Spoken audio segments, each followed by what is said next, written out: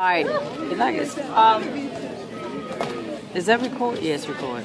It's good. For my generation, my parents, they didn't show love and affection with hugs and kisses or saying I love you every day like y'all parents did. But we did all sit down together at dinner time. And at my dinner table, we all fought to be beside, who's going to sit beside my father. And tonight was my night.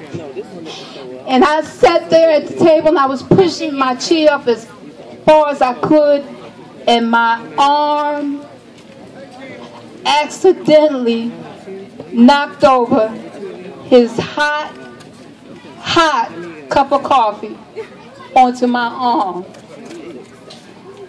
All I could think of is my father is going to kill me.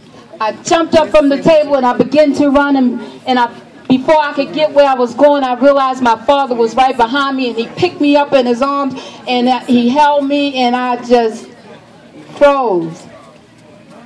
Is this what it feels like for my father to hold me? And then he said, stop crying, it's okay. Let me see your arm. And I said, he cares for me. He really cares for me. By that time, I'm in a whole nother world, and he's sitting me down by now, and he's got my arm raised out, and I'm looking up into his eyes. And I can still remember that day where I could smell the starch in his shirt and the Old Spice on his face and the pom-pom grease in his hair, and his breath smelled like a fresh smoking pipe. My mother had grabbed my arm by then, and she rubbed it all up in grease and started waving her hand over it and saying something only her and God could understand, and now I know it was her speaking with the Holy Spirit. I don't know if that helped heal my soul, but I did realize during the years that my soul healed a lot better when she did it. But every single time I smell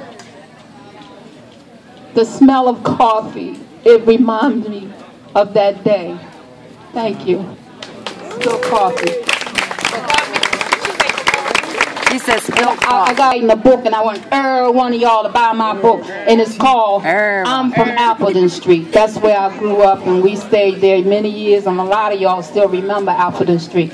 Anyway, years ago, my dad used to take a lunch to work every day. My mother would fix it in this great big pail, and he would take this lunch pail to work every day. And when he came home, whatever he had left over, he would give his leftovers to my sister, Lorena.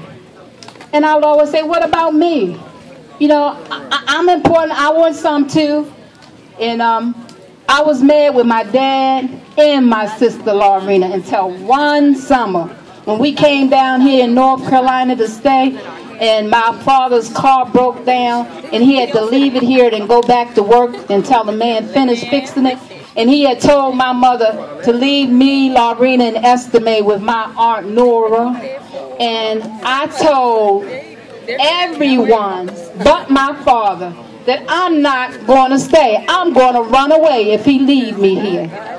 But my father, some kind of way, heard what I said.